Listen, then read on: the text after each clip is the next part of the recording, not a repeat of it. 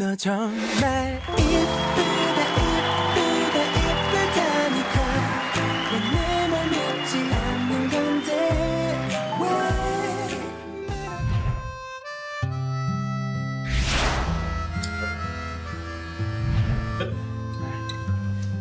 오케이. 몸도 마음도 단단해져서 또 만납시다. 안녕. 잘 갔다 올게. 열차 타고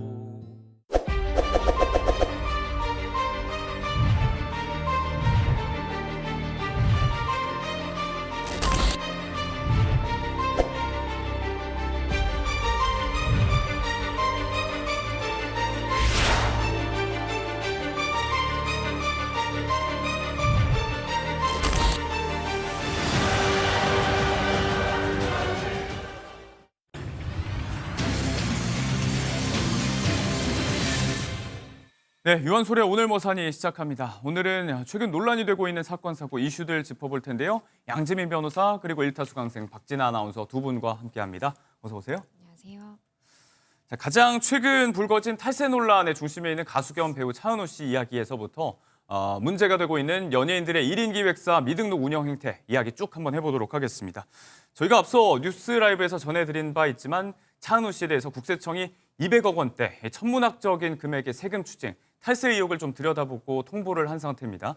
자, 이 탈세 논란의 핵심이 뭔지 변호사님이 좀 명쾌하게 정리를 좀 해주실까요? 지금 일단 추징 예상 가액으로는 200억 원 정도가 예. 이야기가 나오고 있습니다.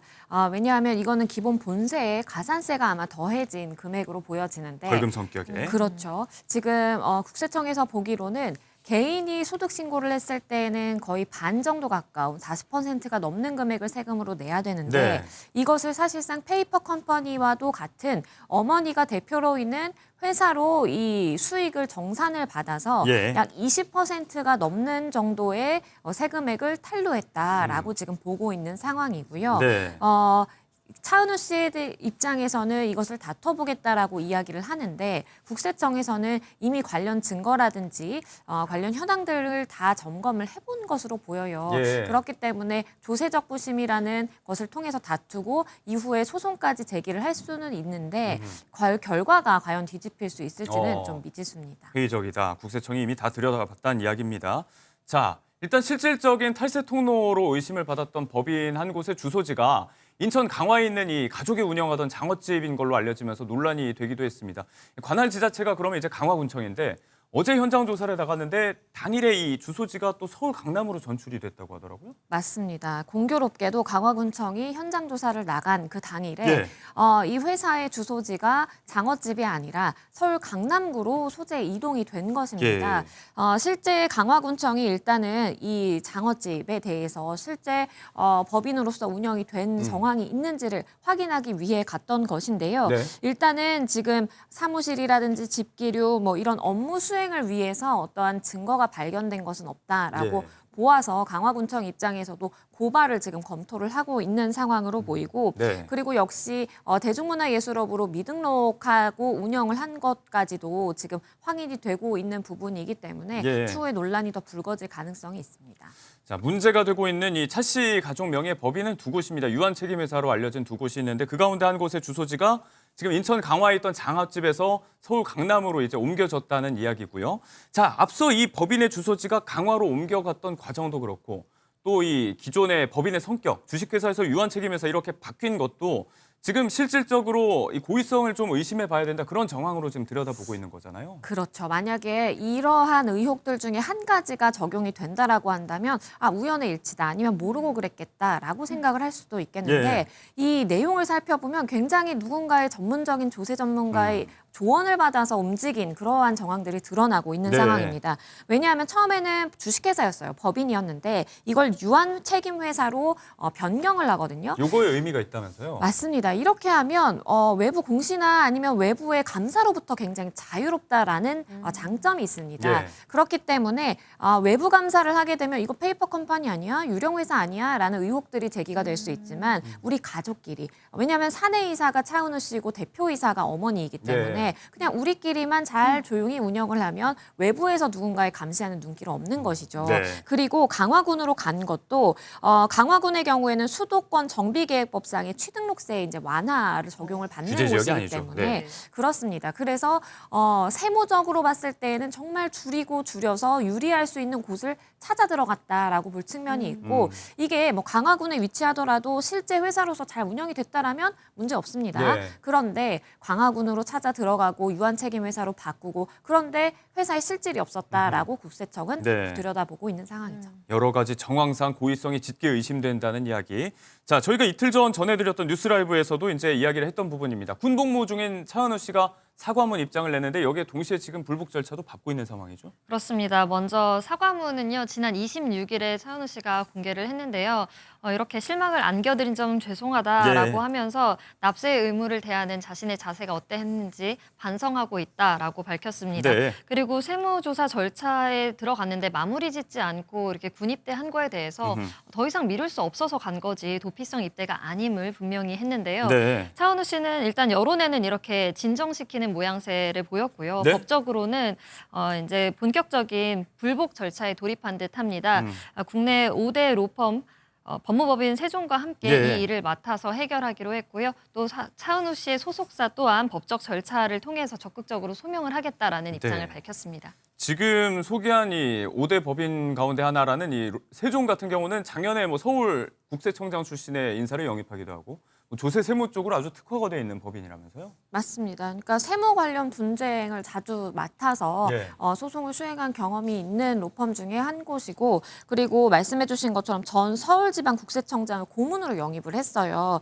그래서 이제 조세 분야에 영향을 강화하겠다라는 것인데 네. 문제는 지금 이 영입된 고문이 차은우 씨의 추징금 조사를 담당한 이 조사 4국 출신이거든요. 그러다 보니까 또 전관예우를 찾아서 이렇게 세종을 선임한 건 아닌가라는 이제 이야기도 나오고 향후에 이제 지금은 조세적 부심이지만 결국에는 소송까지 갈 예. 가능성도 있거든요. 금액이 워낙 크다 보니까 그러한 과정을 염두에 둔 것으로 보입니다. 네, 이런 불복 절차를 밟고 있으면서 동시에 또 사과문 입장을 냈던 차은우 씨인데 이런 여론을 진정시키려는 노력에도 불구하고 광고계의 손절은 줄줄이 좀 이어지고 있는 것 같아요. 그렇습니다. 200억대 탈세 의혹을 받고 있는 차은우 씨, 광고계에서는 점점 거리두기에 나선 모양새인데요. 뷰티, 금융, 패션, 교육, 대기업 계열사 진짜 여러 회사들과 함께 광고를 찍고 있었는데 모두 다 이 채널에 있는 영상들을 다 비공개 처리하고 있는 모습입니다. 예. 심지어는 소속사에서 이렇게 입장문 발표를 했음에도 불구하고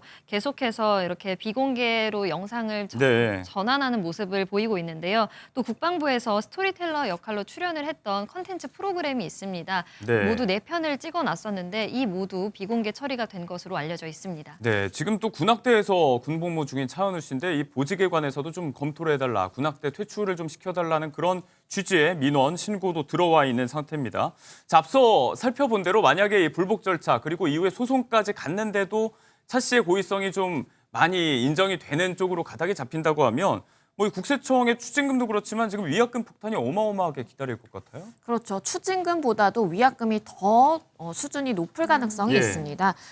이 계약을 체결할 때 일반적으로 품위유지 의무 조항을 우리가 넣어두는데요. 어느 정도의 위반이냐에 따라서 위약금은 결정이 될 것으로 보여집니다. 예. 예를 들어서 본인이 이제 과실로 잘 모르고 그랬다라는 것은 사실 양측이 좋게 합의를 해서 넘어갈 수도 있는 부분이고요. 아니면 뭐 100억 원대 미만이 될 수도 있습니다. 차은우 씨의 경우에는 워낙 광고 촬영이 여러 개가 있다 보니까 네. 그 금액을 합산하면 뭐 1,000억 원대 이를 것이다라는 이야기도 나오는데 그러한 것은 아마도 차은우 씨가 고의적으로 세금을 탈루하기 위해서 어떠한 정황이 있다라든지 네. 그런 고의적인 세금 탈루의 경우에 이르게 되면 위약금 액수가 상당할 것이고 이러한 것을 다 합치면 1,000억 원대 이를 것이다라는 전망이 나오는 겁니다. 네.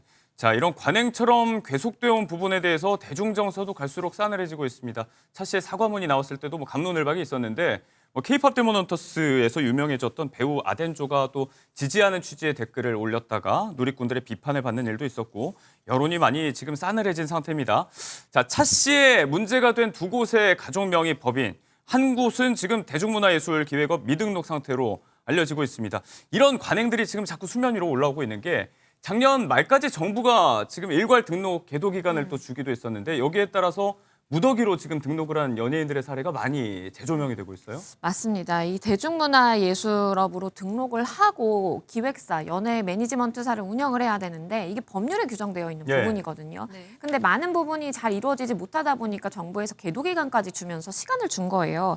송강호 씨의 경우 그리고 최수종 씨, 송윤아 씨의 경우 다 이제 지난달에 이 대중문화예술업 등록을 한 것으로 예. 보여요. 심지어 일부 회사의 경우에는 10년 동안 1인 기획사로 등록을 하지 않고 미등록 영업을 했다가 뒤늦게 등록을 하는 경우도 지금 발생하고 예. 있고 대중문화예술산업발전법에 따라서 2년 이하의 징역에 처할 수 있다라는 것을 분명히 명심을 하고 많은 1인 기획사들이 서둘러서 사실은 좀 움직여야 됐던 것이 아닌가라는 생각이 듭니다. 네. 자, 많은 연예인들이 운영상의 강점, 뭐 세금 혜택 등을 노리고 이제 1인 기획사를 많이 설립해왔던 모양새인데, 자, 지금 이번에 터진 이슈들도 그렇고 세무 쪽으로 리스크가 충분히 있습니다. 이 관련된 행태에 대해서 이야기를 좀 해봤고요. 자, 어제 있었던 기자회견 하나 이야기를 해보겠습니다. 뉴진스 얘기인데 어두워 민희진 전 대표가 긴급 기자회견 공지를 했죠. 본인은 나오지가 않았고 민 전 대표 측의 변호인이 나와서 4시간가량의 기자회견을 가졌습니다. 당시의 모습 잠시 보시죠. 민희진 대표가 잘 나가던 뉴진스나 이런 것들을 빼와서 본인의 욕심을 채우기 위해 문제가 생겼는 게 아니라 오히려 그것들을 역이용한 사람들이 있었고 그런 것들이 주식시장 교란 세력이었고 특히나 안타깝게도 그 멤버 중 한 분의 가족이 연관이 돼 있다 보니까 그때 당시 어떻게 보면 제대로 대응하지도 못했고 최근에 여러 가지 사건을 계기로 이렇게 기자회견을 그 녹취 파일 들어보셨죠? 별거 아닌 에피소드라서 그 말을 듣고 민희진 씨가 실신한 것으로 알고 있습니다. 자, 앞서도 긴급 기자회견식으로 이제 대중 앞에 섰었던 민희진 전 대표인데 앞서 열렸던 기자회견들까지 다 포함하면 이제 장장 한 10시간 정도가 된다고 합니다. 물론 어제 당사자는 나오지 않았습니다. 자, 일단 요지는 이 템퍼링, 멤버 빼가기 의혹으로 지금 민 전 대표가 피소된 상태인데 여기에 대한 본인의 책임보다는 이게 주가 조작을 하려는 공모하려는 세력에 의해서 자기는 이용을 당한 거고 이 중심에 뉴진스 멤버의 가족이 있었다 이런 얘기예요? 맞습니다. 그러니까 이 사실에 대해서 민희진 대표의 경우에는 그 전에 인지를 했던 것으로 보여요. 그런데 이제 가족이 연관된 사건이다 보니까 목소리를 높이지 못한 측면이 있었다라고 예. 이제 저 자리에서 설명을 하기도 했었고 결국에는 민희진 대표가 이 뉴진스 템퍼링 멤버를 고의적으로 빼내와서 자신의 이익을 취득하기 위해서 이런 행위를 한 것이다라고 지금 하이브 측에서는 예. 주장을 하고 있는데 그것이 사실이 아니다라고 해명을 하는 기자회견이었다라고 보여지고 결국에는 멤버 중에 가족의 한 사람, 큰아버지라고 불리는 한 사람이 예. 이 회사의 주가를 띄울 목적으로 민희진 대표를 이용했다라는 여러 가지의 근거 자료들을 제시를 하면서 기자회견이 이루어졌습니다. 배신감에 실신까지 했다는 이야기가 전해지고 있는데 하이브 측의 짧은 입장이 있었죠.